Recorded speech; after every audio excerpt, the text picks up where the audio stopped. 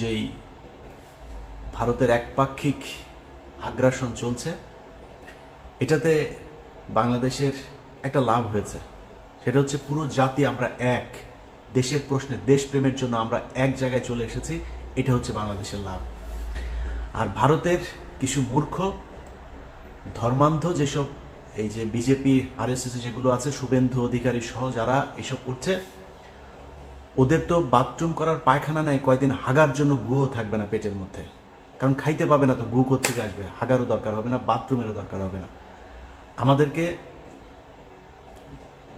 Threat করা হচ্ছে, treatment দেবে না, ওদের হোটেলে আমাদেরকে থাকতে দেবে না। আলহামদুলিল্লাহ, আমি খুব খুশি হয়েছি যে বাংলাদেশের মানুষ ওই দেশে ঘুরতে যাবে না। পাকিস্তানে ঘুরতে যাব, অনেক সুন্দর সুন্দর জায়গা আছে পাকিস্তানে। পোর্ট এন্ট্রি ভিসা নিয়ে যাবেন, এইখানে কোনো ভিসা টিসা লাগবে না, ঢুকে যাবেন, ঘুরে টুরে চলে যাবেন। পাকিস্তানের ভাইয়েরা আপনাদেরকে আদর আপ্যায়ন করবে। সো পাকিস্তান যাবেন। যারা ব্লগ করেন, বিভিন্ন ইন্ডিয়ান জামা কাপড় নিয়ে করতেন, কসমেটিক্স নিয়ে করতেন, পাকিস্তানের জামা কাপড়ের মান অনেক ভালো। বিভিন্ন প্রোডাক্ট, বিভিন্ন ইলেকট্রিক সামগ্রী আমরা পাকিস্তান থেকে আনবো, ইন্ডিয়া থেকে আনবো না। আমি বাংলাদেশের যারা কিনা বিজনেস করেন তাদের কাছে অনুরোধ থাকবে পাকিস্তানের সাথে সম্পর্ক আরো সুদৃঢ় করার।